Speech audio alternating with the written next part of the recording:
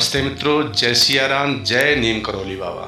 मित्रों, मैं पवन कुमार चतुर्वेदी आशा करता हूँ पूज्य गुरुदेव हनुमंत स्वरूप बाबा नीम करौली जी महाराज जी की कृपा से आप और आपके परिवारीजन स्वस्थ होंगे, प्रसन्नचित्त होंगे, सकुशल होंगे। इन्हीं शुभ मंगल कामनाओं के साथ चलते हैं आज के क्रमांक की ओर। मित्रों, एक सत्यवादी धर्मात्मा राजा थे। उनके नगर में कोई भी साधारण मनुष्य बिक्री करने के लिए बाजार में अन्न, वस्त्र आदि कोई वस्तु लाता और वह वस्तु यदि सायंकाल तक नहीं बिकती तो उसे राजा खरीद लिया करते थे। लोक हित के लिए राजा की यह सत्य प्रतिज्ञा थी। अतः सायंकाल होते ही राजा के सेवक शहर में भ्रमण करते और किसी को कोई वस्तु लिए बैठे देखते तो वे उससे पूछकर और उसके संतोष के अनुसार कीमत देकर उस वस्तु को खरीद लेते थे। एक दिन की बात है, स्वयं धर्मराज ब्राह्मण का वेश धारण करके घर की टूटी फूटी व्यर्थ की चीजें जो बाहर फेंकने योग्य कूड़ा करकट थीं, एक पेटी में भरकर उन सत्यवादी धर्मात्मा राजा की परीक्षा करने के लिए उनके नगर में आए और बिक्री के लिए बाजार में बैठ गए। किंतु कूड़ा करकट कौन लेता?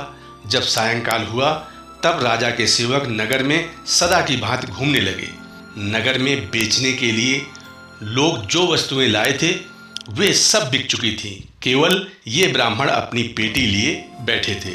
राज सेवकों ने इनके पास जाकर पूछा, क्या आपकी वस्तु नहीं बिकी? उन्होंने उत्तर दिया, नहीं।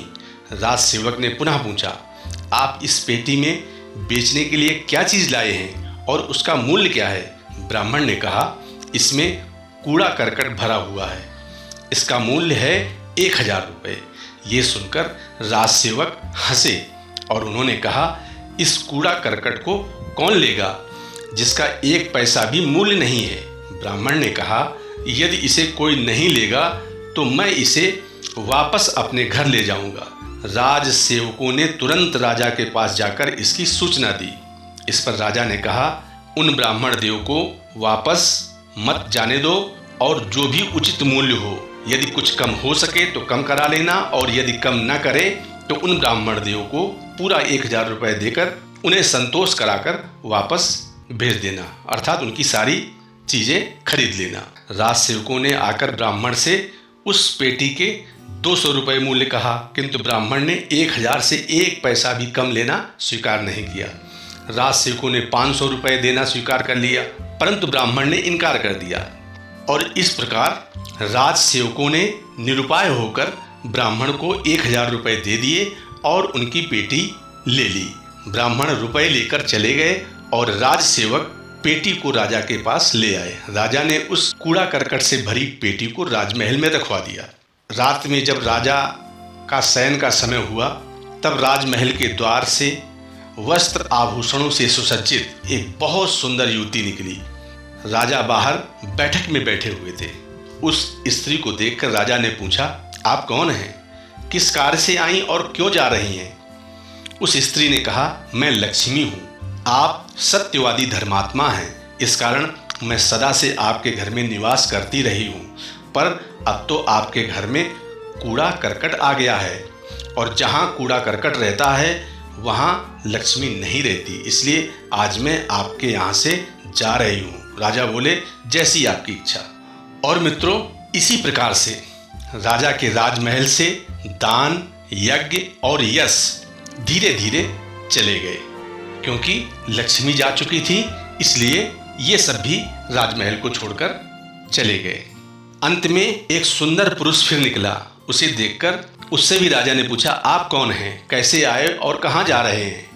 उसने कहा, मेरा नाम सत्य है, आप धर्मात्मा हैं, अतः मैं सदा आपके यहाँ रहता आया हूँ, किंतु अब आपके यहाँ से लक्ष्मी, दान, यज्ञ और यश सब चले गए तो मैं भी जा रहा हूँ। राजा ने कहा, मैंने तो आपके लिए ही इन सब का त्याग किया है, आपको तो मैंने कभी त्याग किया ही नहीं, इसलिए आप कैसे जा सकते हो? मैंने लोकोपकार के लिए ये सत्य प्रतिज्ञा कर रखी थी कि कोई भी व्यक्ति मेरे नगर में बिक्री करने के लिए कोई वस्तु लेकर आएगा और यदि शाम तक उसकी वह वस्तु नहीं बिकेगी तो मैं उसे खरीद लूँगा। आज एक ब्राह्मण कूड़ा करकट लेकर बिक्री करने आए, जो 1 पैसे की भी चीज नहीं थी, किंतु सत्य की रक्षा के लिए ही मैंने विक्रेता ब्राह्मण को 1000 रुपये देकर उस दारिद्र्य अर्थात कूड़ा करकट को खरीद लिया। तब लक्ष्मी जी ने आकर कहा कि आपके घर में दारिद्र्य का वास हो गया है, इसलिए मैं नहीं रहूंगी। इसी कारण मेरे यहाँ से लक्ष्मी आदि सब चले गए। ऐसा होने पर भी मैं आपके बल पर डटा हुआ हूँ। ये सुनकर सत्य ने कहा, जब मेरे लिए ही आपने इन सब का त्याग किया है तब मैं नहीं जाऊंगा। और ऐसा कहकर सत्य राजमहल में वापस प्रवेश कर गए। और जैसे ही सत्य का राजमहल में पुनः प्रवेश हुआ, उसी क्षण यज्ञ, दान और यश सभी वापस महल में आ गए। कुछ समय पश्चात वहां स्वयं धर्मराज उसी ब्राह्मण के रूप में आए। राजा ने पूछा, आप कौन हैं और कैसे आए हैं? धर्मराज बोले, मैं साक्षात धर्म हूँ। मैं ही ब्राह्मण का रूप धारण करके 1000 रुपये में आपको दारिद्र्य अर्थात कूड़ा करकट दे गया था। आपने सत्य के बल से मुझे अर्थात मुझ धर्म को जीत लिया। मैं आपको वर देने के लिए आया हूँ। बतलाइए मैं आपका कौन सा अभीष्ट कार्य करूँ? राजा ने कहा, आपकी कृपा है, मुझको कुछ भी नहीं चाहिए। आप जिस प्रकार सदा करते आए हैं उसी प्रकार करते रहिए। मित्रों, इस कहानी से ये सिद्ध हो गया कि जहाँ सत्य है वहाँ सब कुछ है। वहाँ कभी संपत्ति, दान, यज्ञ, यश की कमी भी हो जाए तो मनुष्य को घबराना नहीं चाहिए। यदि सत्य कायम रहेगा तो ये सभी अपने आप ही वापस लौट आएंगे, और ये ना आए तो भी कोई हानि नहीं, उसका परम कल्याण होगा। अतः कल्याणकामी पुरुष को सत्य का कभी त्याग नहीं करना चाहिए, बल्कि निष्काम भाव से उसका अवश्य दृढ़तापूर्वक पालन करना चाहिए। मित्रों, अर्थपूर्ण भाषण, सद्गुण और सदाचार का नाम ही सत्य है। अर्थात मित्रों, यदि आप जीवन में यथार्थ भाषण, सद्गुण और सदाचार को अपनाते हैं तो आपके जीवन में लक्ष्मी, धन आदि की कभी कमी नहीं रहेगी। आप सदैव जीवन में सुख का अनुभव करेंगे। मित्रों, आज का क्रमांक कैसा लगा कमेंट करके अवश्य बताएं।